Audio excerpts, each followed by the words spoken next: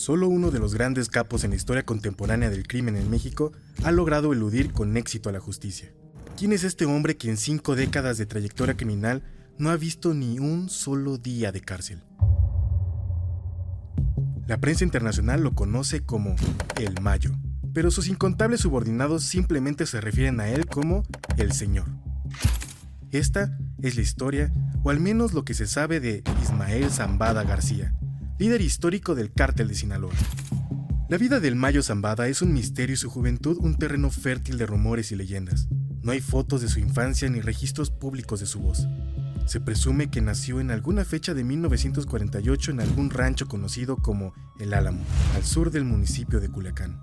Entre los caminos de terracería de la sierra, se dice que el joven Zambada tuvo que ganarse la vida en los ranchos de la zona, desempeñándose como chofer de una mueblería o limpiando llantas. Sus primeros pasos en la delincuencia presuntamente las dio a mediados de los 70, de la mano de un hombre de origen cubano llamado Antonio Cruz Vázquez, quien fuera su cuñado. Apodado el Nico, Cruz Vázquez introdujo al Mayo al negocio del tráfico de estupefacientes y le enseñó a cruzar mercancía por la frontera de Estados Unidos. El Mayo tomó nota de los contactos del Nico en ambos lados de la frontera y de la importancia de sobornar a las autoridades indicadas. Es probable que también haya observado los defectos de su excéntrico cuñado, como un gusto irremediable por los autos de lujo y las apuestas en los casinos de Las Vegas. A causa de esta visibilidad a la que se exponía constantemente, Cruz Vázquez terminó por caer en manos de la Administración de Control de Drogas, la DEA. En años posteriores, Zambada se abrió paso entre las filas del crimen organizado. En la década de los 90, el Mayo fue una pieza clave en la jerarquía del Cártel de Juárez, encabezada en aquel entonces por Amado Carrillo Fuentes. Gracias a su inteligencia y a su facilidad para construir relaciones, Zambada se convirtió en uno de los hombres de confianza del llamado Señor de los Cielos. Hasta que la carrera de este prominente narcotraficante llegó a un inesperado final. Un hombre de gran corpulencia ingresa al Sanatorio Santa Mónica en Polanco, en la Ciudad de México. El paciente se registra con el nombre de Antonio Flores Montes, otro disfraz en la vasta nomenclatura ficticia que utiliza Amado Carrillo Fuentes para escurrir el bulto a los policías que lo buscan por el mundo entero. Para transformar su apariencia se somete a una operación de implante de prótesis en el mentón y liposucción en abdomen y tórax. A las 4 de la madrugada, la inexperiencia de los doctores provoca la muerte al narco, que sucumbe a una sobredosis del analgésico Dormicum. Al poco tiempo, Zambada tuvo que moverse, y los cárteles de Tijuana y del Golfo estaban ganando terreno en el norte del país. Parecía que la clave estaba en formar una alianza con el Cártel de Sinaloa, la única organización de peso que no estaba ligada a los bandos enemigos. Pero había un problema. Su líder estaba recluido en el penal de máxima seguridad de Puente Grande, un sujeto admirado por su astucia y audacia en el negocio del narcotráfico. ¿Su nombre? Joaquín Guzmán Loera, el Chapo. El 19 de enero de 2001, el Chapo Guzmán se fugó de Puente Grande. El narco más temido de México estaba libre.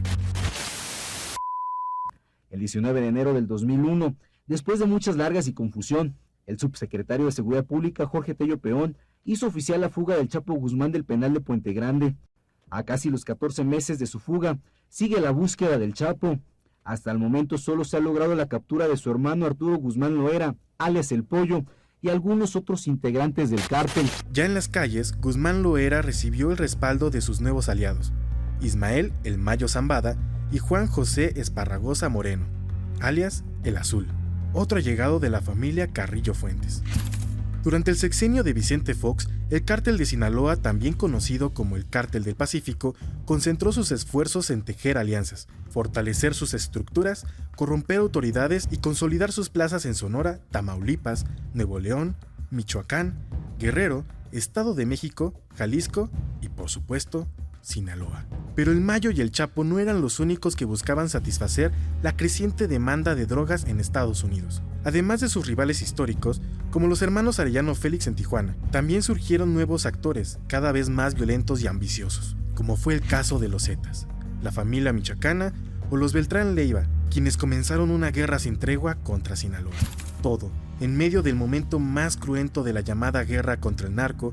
Una estrategia de seguridad emprendida a finales del 2006 por el recién inaugurado presidente de México, Felipe Calderón. El narco está en la sociedad, arraigada como la corrupción. Esta ha sido la única declaración pública que ha hecho Zambada a los medios de comunicación. La guerra contra el narco trajo consigo un periodo de violencia como nunca antes se había visto en la historia del país tras la Revolución Mexicana. No obstante, Zambada pudo sortear múltiples intentos de captura y atentados. Era como si fuera un fantasma del territorio conocido como el Triángulo Dorado. Muchos de sus socios, incluyendo aquellos que se convirtieron en rivales, no gozaron de la misma suerte. El Chapo puso a prueba esta teoría luego de su segunda fuga en julio del 2015. Encantado por su fama internacional, el prófugo más buscado del mundo buscó la atención de la farándula y mordió el anzuelo. Guzmán Loera se volvió más descuidado y propenso a exponerse en público, y apenas 6 meses después de humillar al gobierno mexicano al escaparse de prisión, el Chapo volvió a encontrarse en manos de agentes federales. Con una recompensa de $15 millones, el Mayo, a sus 70 y tantos años, es el capo más buscado del mundo.